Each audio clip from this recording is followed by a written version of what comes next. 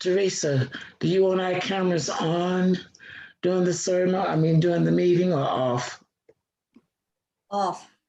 Gotcha.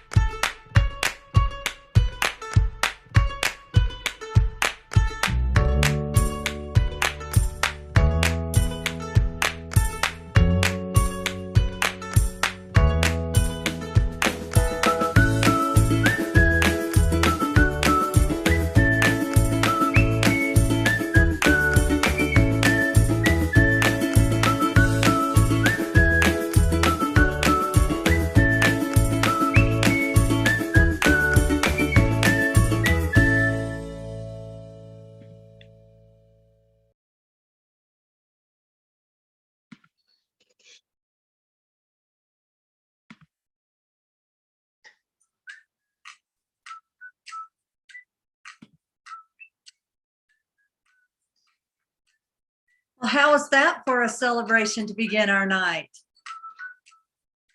The music is softly playing in the background and it will stop momentarily because, as we know, we are learning from the live stream process.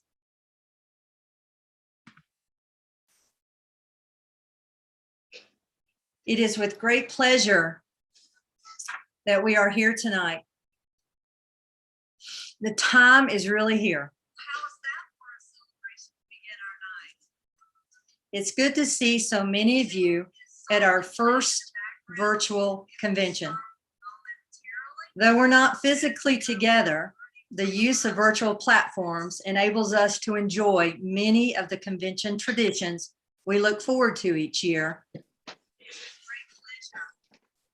Recognition of growth, celebration of accomplishments, and fostering member engagement, just to name a few. But it has also enabled us to do things differently this year, embracing once again the opportunity to ready, set, grow. Member and chapter recognitions have been done through virtual showcases, exploration of the host region through virtual tours, support of state and chapter funds through virtual marketplace, and then, of course, venturing even into electronic voting to elect our new state officers. All of this could not have been possible without the amazing Region 11 Convention Planning Committee. Under the incredibly gentle, guiding, professional hands of Bonnie Golden and Patty Higgins, this group embraced the challenge and never said no when it came to making this convention one to remember. I say thank you to each of them. This historic event begins by remembering the past, which includes our version of the birthday celebration, as you heard. Therefore, at this time, I turn the mic, the figurative podium, kind of sorts as we're used to, over to our first vice president, Toby Worthington, who will preside during the opening session. Toby.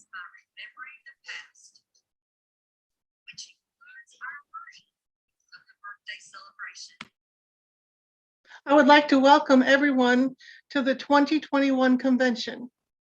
We all missed getting together for a convention in 2020, so I'm glad to see so many people here tonight.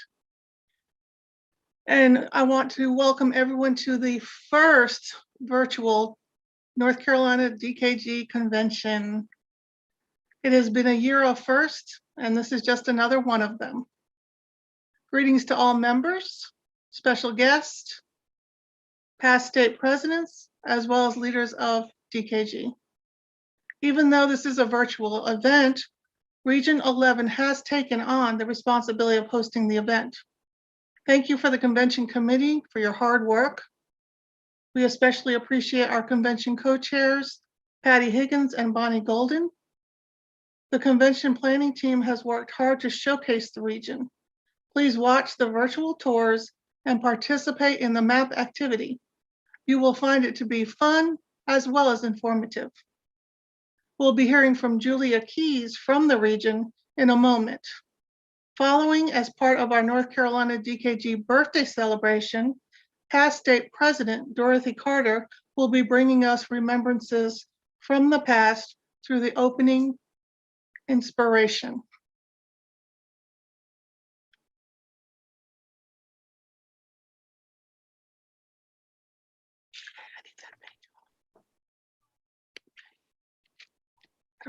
Welcome to the 2020-2021 NC DKG Virtual Convention, and welcome to Region 11, and welcome to Western North Carolina and our mountains. We are so happy to have you visiting us virtually this weekend. We hope that you will take advantage of the virtual tours. In doing so, you will learn about restaurants with delicious food, whitewater rafting on the Nantahala River, the John C. Campbell Folk School, the Biltmore House, and more. It is our hope that these virtual tours entice you to come and experience our region in person when it is safer for all of us to do so.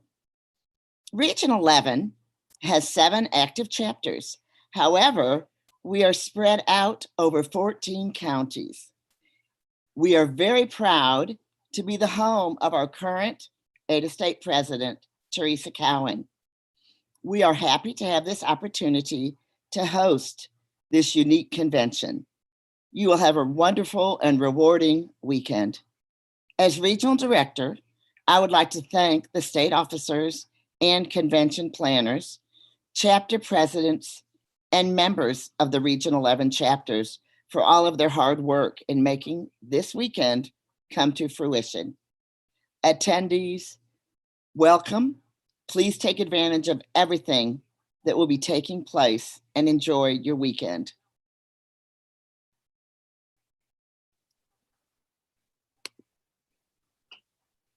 Madam First Vice President, International Representative, DKG Sisters,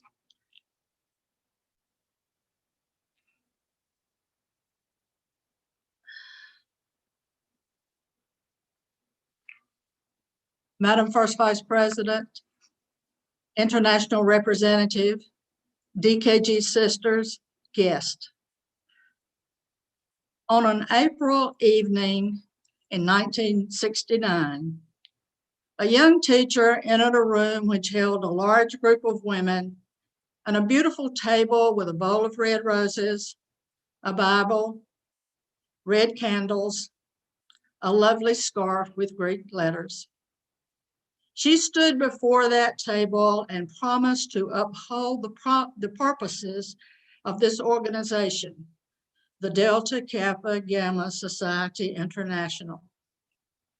The invitation to join, the initiation session, the encouragement of a friend had led to this special evening, to her joining this society, which she had never heard of before. In the past, Delta Kappa Gamma was a secret society founded by a group of brave women educators from all levels of the profession who stood up against the mores of the late 1920s and founded an organization to improve opportunities for women. It had to be secret. Women just weren't allowed to do such things in 1929. In fact, the first invitation that went out to our founders read, and I quote, "If you desire to accept this invitation, you are required to give a pledge that whether you join the Kappa, Gamma, Delta Society or not, you will never reveal to anyone not a member of the order its purposes or its secret ritual." And the society remained, for the most part, a secret society for many years. For example, non-members were not allowed in chapter or state business sessions. Non-members were invited to give programs and then invited to leave before business was conducted. We wore our pins only at Delta Kappa Gamma meetings. It was the late 20th and early 21st centuries that the society began to go public. We were encouraged to prepare and give elevator speeches to anyone who asked, "What is Delta Kappa Gamma?" Non-members could sit in on business meetings. We were encouraged to wear our pins to school, class, or the office on Fridays. Public relations and marketing became buzzwords, but it took us a long time to get there. I can remember vividly, sometime in the 70s, a meeting of the Alpha Upsilon chapter in Asheboro, when a member giving the program asked us, if Alpha Upsilon, Delta Kappa Gamma, no longer existed in Asheboro, would anybody know it? And we had to answer, no. What a wake-up call. That question changed my Delta Kappa Gamma perspective and experience. If your DKG chapter didn't exist in your location, would anyone except the members know it? In the past, Delta Kappa Gamma certainly adhered to the social expectations for women and societal, with a capital S, for members. We wore hats to chapter luncheons and to memorial services at state convention. We wore evening gowns to the president's banquet at convention. We wore our pins in a prescribed place on our clothing. As society has changed, so did Delta Kappa Gamma. Rigidity loosened. It wasn't easy. I can remember going to a chapter luncheon with a hat in my purse, just in case. On the way home, I admitted what I had done to the others in the car. Turns out all of them had done the very same thing. So we shed our hats and our gloves. We opened our meetings. We began to respond to community needs, and we shed some of the rigidity. We even changed our name. In the past, brave women took big steps to form and continue this society. In the more recent past, other brave women took steps to continue this society, to be current. In Ada State, we purchased computers for our related personnel, and we've expanded technological uses for every member. We bought a house in Asheboro and converted it to a state headquarters facility. And by the way, paid cash for it, to the astonishment of all the men who were present at the closing. We established a foundation to support educational opportunities for students educators, and soon-to-be teachers in our state. And just look at us today, a remote convention. In the past, the founders of Delta Kappa Gamma established purposes for their new organization. The first constitution listed 5 purposes of the society. The first purpose of this society shall be to unite women teachers who have achieved prominence in the teaching profession, to develop among them a feeling of loyalty one to another, and to maintain ideals of the duty which each woman who achieves success in the work of education owes to those who are struggling to uphold high standards in the teaching profession, and to secure conditions under which women may work in schools. The second purpose of this society shall be to confer distinction upon women who are recognized as leaders in the profession of teaching. Those first 2 purposes I read in their entirety. The next 3 I will summarize. The third purpose is to provide an organization through which women can work to secure legislation improving working conditions for women in education. The fourth purpose is to secure equal representation and equal recognition of women with men in professional organizations. The fifth purpose is to provide financial support for women who are preparing themselves for the teaching profession. Those purposes certainly reflect the times and the struggles women educators were facing. In 1946, the purposes were revised, and over the years, minor tweaks have been made to the wording. But our purposes have maintained the reason for our being. Have you read our purposes lately?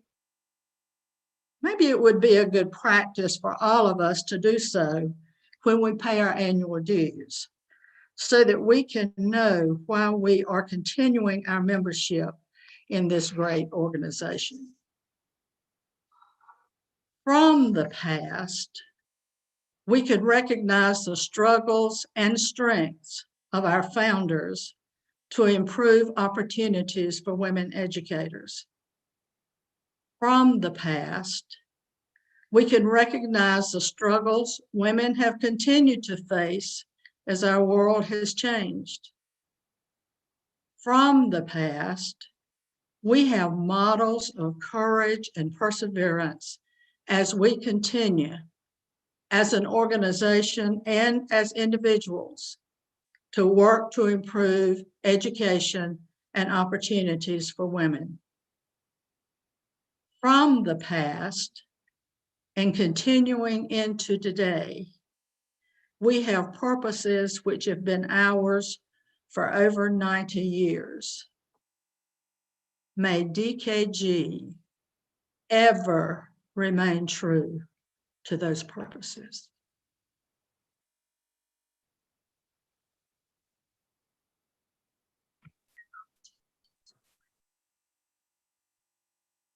Thank you, Dot. What a beautiful inspiration. What a beautiful way for us to all remember the past. It is my pleasure to now introduce the founder and director of Knickers for New Life, Watha Kohlmeyer. God brought Watha and Knickers for New Life into my life in a way that he always works. When you least expect it, but you know it when you see it. That is how Watha and Knickers for New Life came to be a part of NCDKG, and for us to become a part of this journey to aid this incredible woman in her mission to make an impact upon the girls of Uganda, one pair of knickers at a time. It is my pleasure to introduce to you the Knickers lady, Watha Kohlmeyer, please welcome Watha as she invites us to join her on this journey to impact the lives of young girls. Watha, thank you for being here.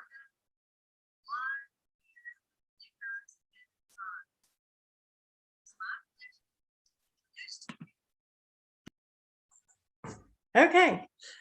Thank you so much, Teresa, for your warm welcome. And Teresa has been chasing me for 2 years. So you need to ask her about that. When you see her, exactly what does that mean? Because we did have a rather unusual meeting. So it's an honor to speak to you tonight. I am delighted to be here. I've been looking forward to it. Teresa told me earlier that your organization has given $3,767 to Knickers for New Life. And wow. So thank you from the bottom of my heart. That's humbling. I'm deeply grateful.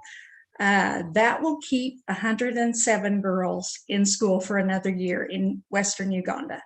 And to each one of those 107 girls who has a name and a face and a story, that means a lot. So again, thank you.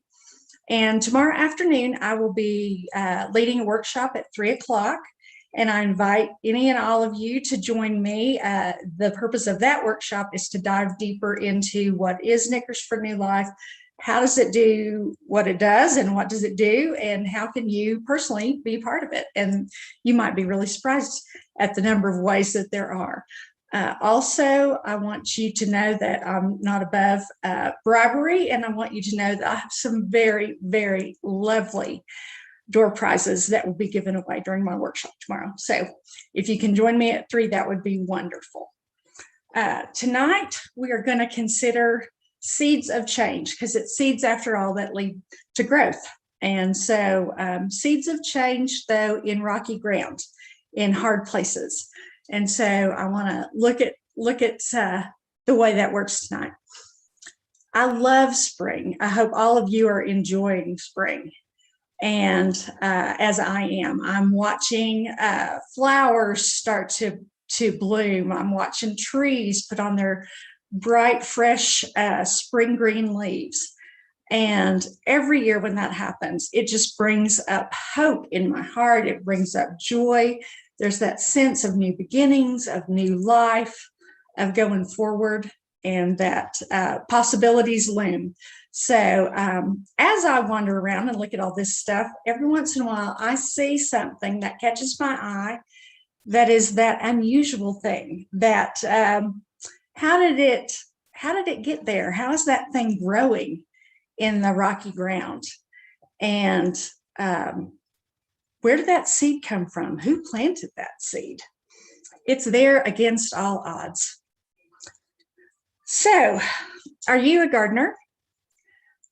My mom was the most amazing gardener, and her mother was too. And well, I try and I do okay, but I'm definitely an amateur in the gardening realm. But one thing I do when I am wanting to plant something or wanting to grow something, I study it. I study it and I think about what kind of light does it need? What kind of soil does it need? What kind of water does it need? Where can I plant it that it will really grow, that it will thrive? And that is not always so easy to figure out. But I use all the tools that I have. I'm going to stop for 1 second and say, Ashley, have you got my slides?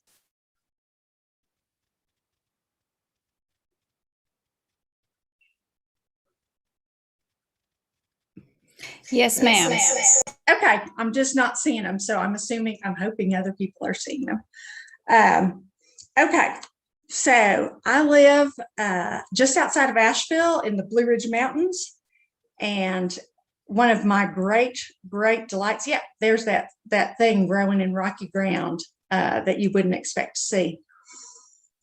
So every year at this time, especially, I go wandering around in the forest and I'm looking for wildflowers because I love wildflowers. And I run across all kinds of things. Have you ever been walking through the forest though and seen that thing that it just strikes you as so strange. It's growing against all odds. It's not the way it's supposed to be, and yet there it is. And we're in someone else's garden when we're walking through the forest. And all the rules of how to plant things and how things grow, well, they don't always apply. Sometimes things grow in the strangest ways. So next slide. Thank you. So I would ask you tonight, how is your situation? Is it maybe not perfect? Do you not feel necessarily ready to grow? Or things aren't growing exactly the way that you thought they would be? So I want to say that I have some really good news for you. You do not have to be perfect to grow. You do not have to be perfect to accomplish things that you've never dreamed of. But you do have to take some steps. So tonight, I want to look at the stories of 3 different women who have very different circumstances, ages, personalities. Everything about these 3 are different. But each of them responded to seeds of change and has grown in different ways. So the first one that I want to share with you is about a young woman. Her name is Marvis. Marvis was 12 years old and in 4th grade when this story happened, and this is absolutely a true story. So Marvis lives in rural Uganda and grew up in poverty that is hard for any of us to understand. It's really beyond an American experience. So no electricity, no water. She lived in a hut with a dirt floor with the rest of her family all sleeping together on that dirt floor. In Uganda, young girls are not highly valued. As a matter of fact, they're really at the bottom of the social scale, the totem pole there. They're just not seen as worth very much at all, kind of disposable even sometimes, which is heartbreaking. Marvis did what she had to do to survive every day. And so, of course, she just kept her dreams to herself. One day at school, she heard an exciting new teaching that was just for girls. Knickers for New Life had provided a curriculum that explained the basics of puberty, menstruation, sex and reproduction, and hygiene. This was all new news to Marvis and to all the other girls. You see, these topics are taboo in Ugandan society. Mothers do not teach their daughters these things, and most schools don't teach them either. So girls face all of this when it comes their time with confusion and fear and frustration and a lot of misinformation. And this can lead to, well, it can lead to disaster is what it can lead to. Marvis was shocked to find out this information. You see, she had been having what I call transactional sex with a man, and this is very common in Uganda. It's actually common in poverty all over the world, but this is sort of how it goes. A man sees a young girl and says, "Are you hungry? If you'll go behind the building with me for a few minutes, I'll buy you a plate of food." And she is hungry, so she does go, and things don't take very long, and then the girl gets to eat that day, or maybe she gets a new shirt, or even a package of sanitary pads. Well, after this teaching, Marvis could not stop crying. She had not known that she could get pregnant, or that she could get sexually transmitted diseases, or that she could get AIDS. She was inconsolable. The head of the school spent a very long time talking to her and encouraging her, counseling her, and praying with Marvis. The seeds of change grew in Marvis that day. She decided she did not want to go with that man anymore, and she did not. So Marvis completed elementary school, which is against the odds in Uganda. Most girls never complete grade school in Uganda, but Marvis did. And then she became a hairdresser and not a teen mom. Her trajectory changed. because of knowledge and encouragement, and those seeds of change grew in her. The second woman that I want to share about tonight is Christine Nsingoma. She's a very dear friend of mine, and she's a teacher, just like all of you.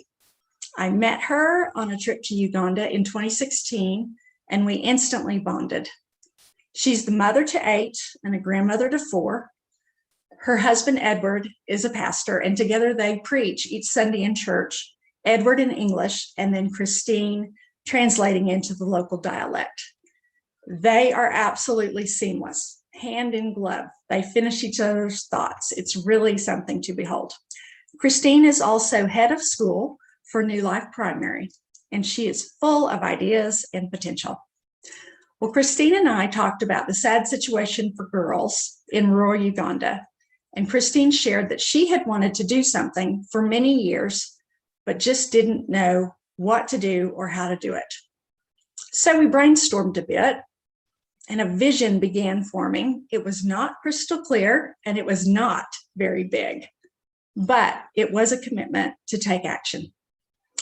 Have you ever had the feeling that you should act on something even if you're not sure how? It stretches you, and it can take you to uncomfortable and unfamiliar places. But it is how we grow. As Knickers for New Life began and came alongside Christine, it equipped her with a health curriculum to share basic information and also knickers and sanitary pads for girls so that they do not have to drop out at puberty. And Christine grew. With such joy, she was finally able to give out clear and much needed help to girls and boys and to other teachers at her school. The whole atmosphere at New Life Primary changed after this. There was a much greater feeling of trust and respect between students and the teachers. And the students began coming to the teacher with all kinds of questions and all kinds of problems as these barriers came down.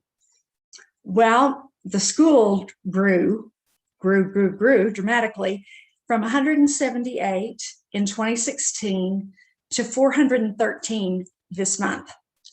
That kind of blows me away. Edward and Christine have become the Uganda representatives for Knickers for New Life, and she is now mentoring teachers at 6 other schools as well as her own school. So she's breaking down barriers to talk directly to students about making good choices. This is a far bigger dream, bigger than Christine's dream, but she was ready and willing when the tools provided by KFNL came along, and she's been breaking up that rocky ground and producing wonderful fruit since then. The last woman I want to share with you about is the most unlikely from my point of view. She is a middle-aged, stay-at-home boy mom who volunteered in lots of places along the way.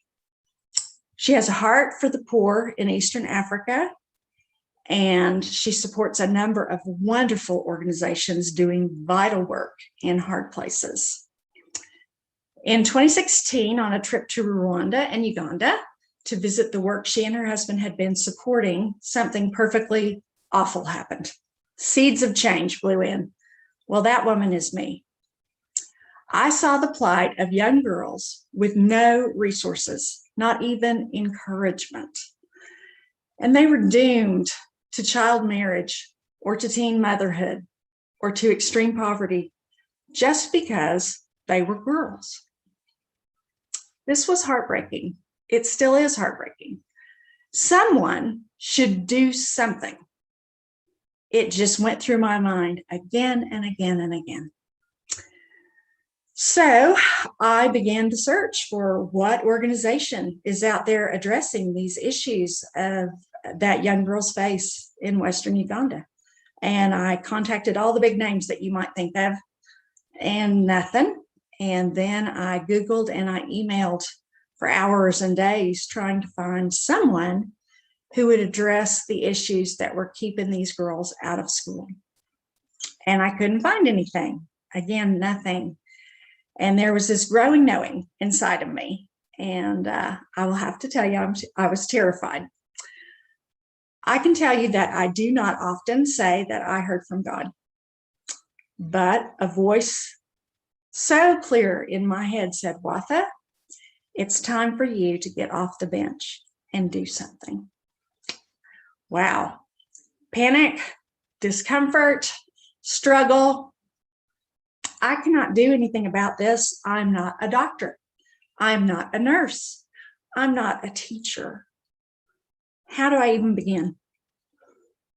I wrestled because growing is hard. It takes work. I have to learn new things. I have to do new things. And I probably have to fail sometimes. I was not so sure that I wanted to step out into the great unknown. Have you ever felt that way as you stare at an opportunity? It sounds wonderful, but there's a cost involved. Well, I want to share with you that I really did try hard to find some other way. But the only way that I could find was to step up and do uncomfortable things, unfamiliar things. My first event was a fundraiser at our home. The goal was to try to raise $2,500 to supply New Life Primary's girls with underwear and sanitary pads for 1 year. And then I was absolutely done with this crazy idea. At the end of a 3-day come and go workshop at our home, I looked into the envelope and there was $8,444. And that's when I knew this is real. Wow. And I'm in big trouble. What's happening? So it turned out that New Life Primary was in desperate need of new latrines. And so the extra money was able to go towards that. And I was able to raise additional funds and get the school new latrines. So I never planned to found a nonprofit. I never planned to run a nonprofit. And yet those seeds of change that have taken root in me have taken me on this path. I want you to know I have failed utterly at times, yet that vision of helping a young girl with no resources, get a little farther and grow a little stronger before she has to face all that adulthood will bring to her, continues to motivate me. One school led to 2, and now we're up to 7 schools with over 2,800 students enrolled in Knickers for New Life programs, and all the teachers at those schools. And teachers love KFNL. Absolutely. It has been such a hit with them. It makes their life better and easier, and they get to participate in our programs too. So it's been really fun. I still struggle. I have rough patches. In 2020, I was diagnosed with breast cancer and then had surgery and treatment. And of course, there's a pandemic, I'm sure you've heard, that has made all of life more complicated here in the US and also in Uganda. So everything that we try to do is a little more challenging than it used to be. But you know, the answer is still the same. It's do the next thing. Do that thing that's in front of you. So I have rarely felt ready to grow, but when the opportunity to serve others comes along, I am willing. I'm willing to try. I'm willing to learn. I'm willing to fall down and get up again. What opportunities to serve are staring at you? You might not feel perfectly equipped or prepared. I know that feeling well. I call it rocky ground. I encourage you to consider the opportunity to grow and then the tremendous reward of serving other people. You can be seeds of change in hard places. You can be seeds of change in hard places. That's the thing that I most want to share with you tonight. So look around you. See what is driving you nuts. That thing that you just can't get out of your mind that really does need to change or be addressed. And then take the next step. And then the next step. Growth is a process. It takes time. It's absolutely worth it. Let's consider how to encourage one another to embrace opportunities that truly have impact for the good of others. Each of us will have a different story. Each of us will look different in how that's played out in our lives. But that is what makes a garden so very beautiful. So thank you for letting me share those stories this evening about 3 very different women. And thank you again for your support of Knickers for New Life. I can't really share with you exactly how much it means to me, but it means a lot. And it means even more to some kids in Uganda that you'll never meet. So thank you for your generous hearts. Thank you for your spirits. And I wish you every blessing as you grow. I know we were all excited to hear from Watha about her project, Knickers for New Life, which has been selected as our convention project. You can go to the virtual marketplace through next Friday to support this worthy project. Also, thank you for that wonderful inspiration by Dot Carter. Dot, you really did give us some things to think about. And the wonderful welcome from Julia. In the packet that you were mailed, find the list of the North Carolina founders. It is the page with the large QR code at the bottom. Use this list to identify 7 of the founders I referenced in the poem I am about to read. I wrote this poem in honor of those who came before us. Without these brave women, we would not have the freedoms and rights that we enjoy today. In 1929, 12 brave women began a society for elite educators. A woman you had to be. It was an honor to be chosen. A place for women only, so secret it had to be. Could they possibly all agree? What was their purpose? They chose 7. Work together in private, it had to be. Who would benefit? Most women were at home, but those that were not were the ones to be reached. Give them the support they need in secret. Oh yes, in secret. For if found out, their good reputations would be lost. Their jobs, their passion, their livelihoods would be gone. It would only take a suspicion, a look the wrong way. They would be forever forgotten. No right to assembly, only just got the right to vote. In North Carolina, it first happened at the colleges, for only these women could be so brave. One was the dean of the teaching college, another a national award recipient. One would be known as the treasurer.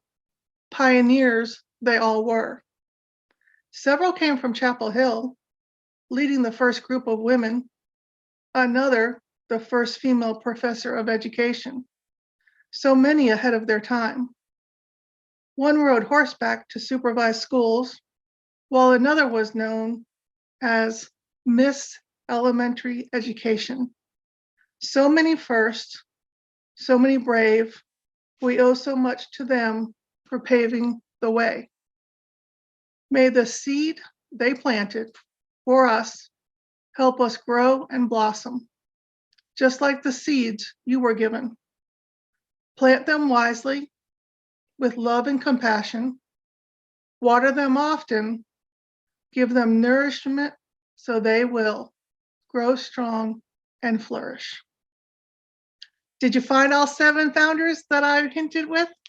Here are the answers.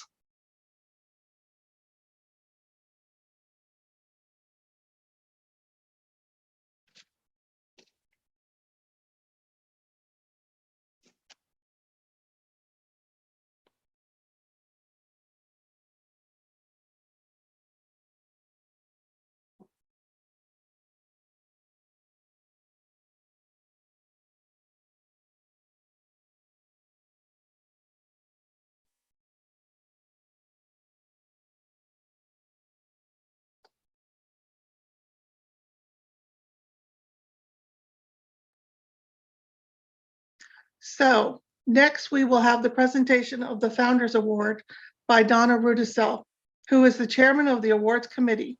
Following, we will hear comments from the recipient.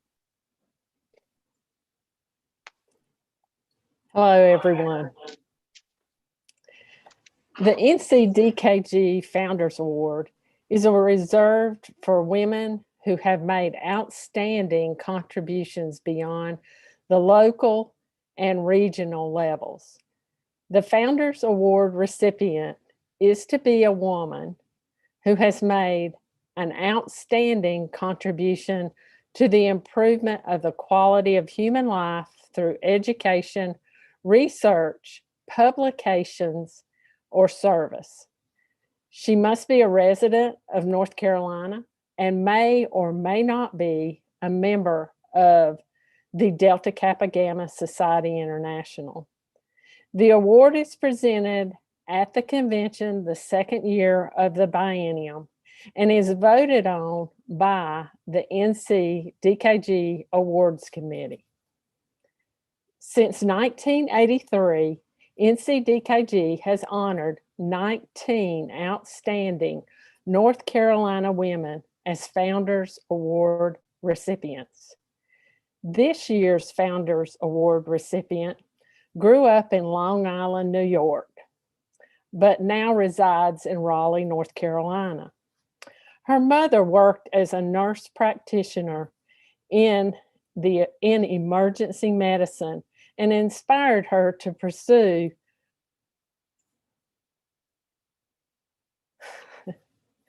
hang on a minute, I lost my it went to full screen, so we're coming.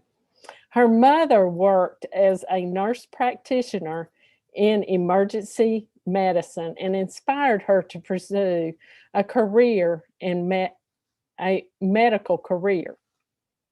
A graduate of Cornell University, she received a medical degree from from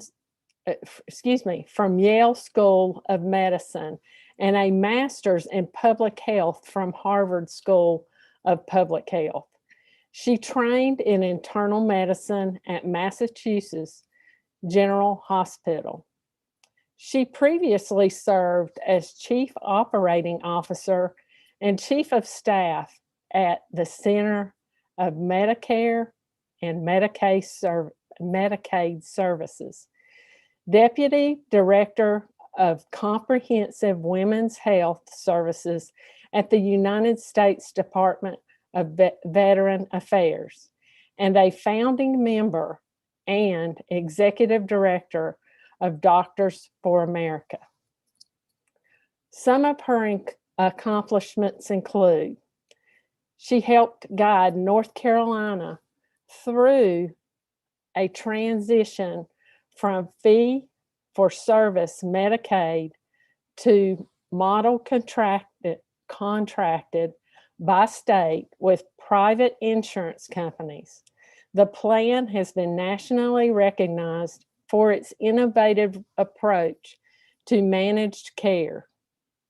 She implemented the first in the nation statewide coordinated care network, NC Cares 360, to electronically connect those with identified needs to community resources and allow for a feedback loop on the outcomes of that connection. She spearheaded Healthy Opportunities, an initiative testing the impact of providing high-need Medicaid enrollees with housing, food, transportation, and interpersonal safety interventions with the goal of improving public health and reducing cost.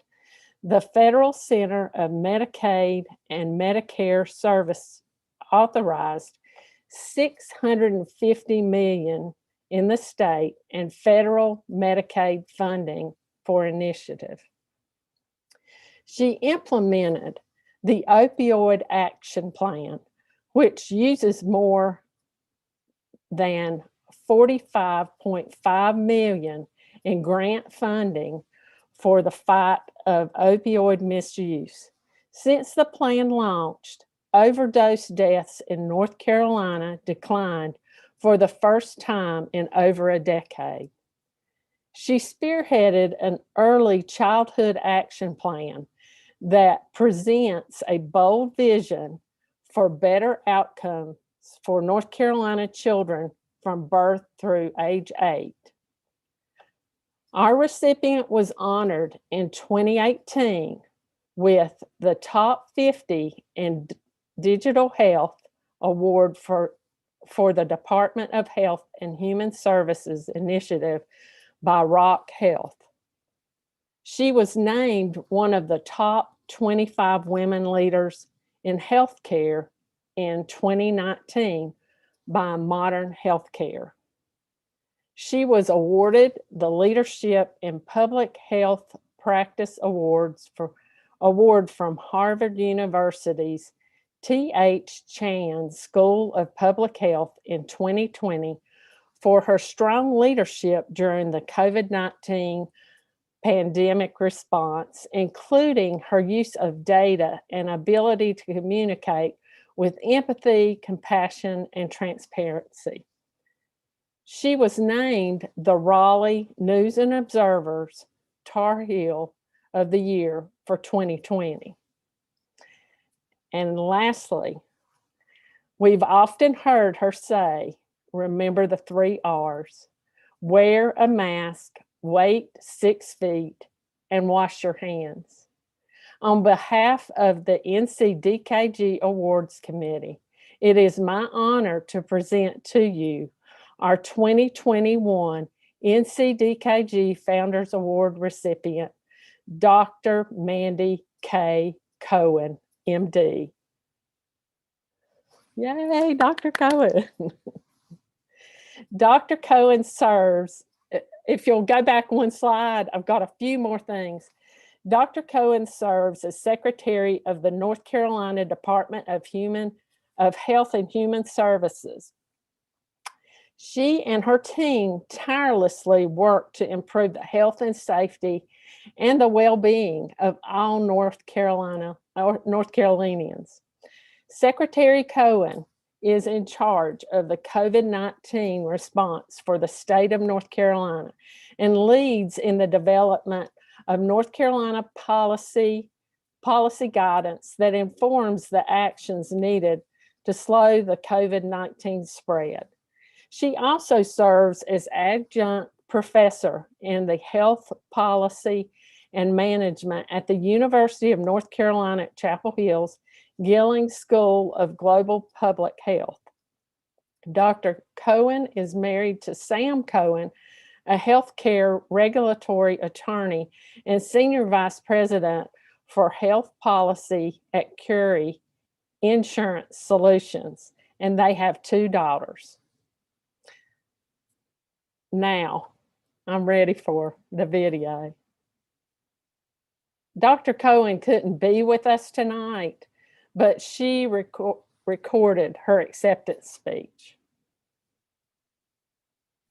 Thank you so much. It's an honor to accept this year's Founders Award from Delta Kappa Gamma. It has been the honor of my career to lead the Department of Health and Human Services response to the COVID-19 crisis. North Carolina's success is due to an amazing whole state approach and because of the sacrifices millions of North Carolinians continue to make in order to protect one another from this virus. This award recognizes a lot of hard work from an entire team at my department and across the government of North Carolina. For many of us, the last year has been the challenge of a lifetime. Every North Carolinian and every sector of our society has been affected in one way or another, not least of all our educators. Across the country, educators have needed to use new tools and new strategies to interact with students and partner with families. I know how hard you have worked, and I am so grateful. It's been a difficult year, but it's also been a year full of learning and collaboration, and I look forward to continuing our partnership as we put the lessons learned from 2020 to use to build a stronger and healthier future. So thank you again for this recognition. I'm honored and I'm proud of my many team members at the Department of Health and Human Service and all government and private partners who made our response possible. Thank you, and stay well. Dr. Cohen will receive this beautiful plaque commemorating her and honoring her as the 2021 NCDKG Founders Award recipient and a $500 cash award. The plaque says, DKG International, Society International Founders Award, NCDKG, presented to Dr. Mandy K. Cohen, MD, MPH, for your outstanding contribution and dedication to education and lifelong learning. April 23rd, 2021. Congratulations, Dr. Cohen. What an honor to have Dr. Mandy Cohen receive our Founders Award this year. In a year that has been highlighted the medical field, it is fitting to honor a hero. Thank you, Dr. Cohen, for your dedication to North Carolina public health and beyond. We will now have door prizes from Bonnie Golden, co-chair of the convention. Hello to everyone tonight. I have the joy of giving the door prizes tonight. All ladies who registered for the convention are eligible to win the door prize. You do not have to be present or online right now to win.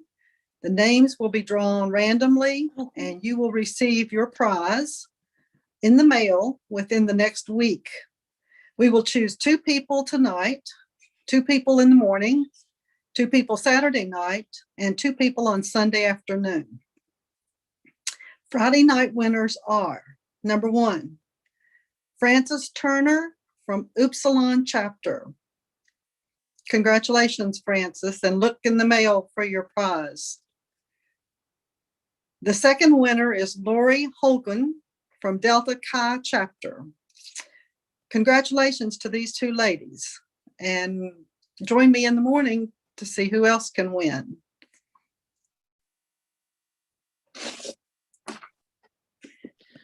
We have a few announcements before we leave today. Tomorrow morning, the executive board meeting begins at 8:45. The executive board consists of chapter presidents, past state presidents, and elected officials. The members of the board are the only ones allowed to vote. Upon entering the meeting, place your name, chapter, and voting role in the chat for recording purposes. After the executive board meeting, there will be a 10-minute break before the start of the second general meeting. During this meeting, any member in attendance can vote on amendments with just a yes or no in the chat. Please visit the virtual showcases and the virtual tours, which started on Tuesday and run through Saturday. The virtual marketplace is open. It opened today, and it will remain open until April 30th. This is a great place to donate and purchase items for sale, especially from chapters across the state. The Sunday meeting of the Educational Foundation is not a board meeting, but an annual meeting of all members.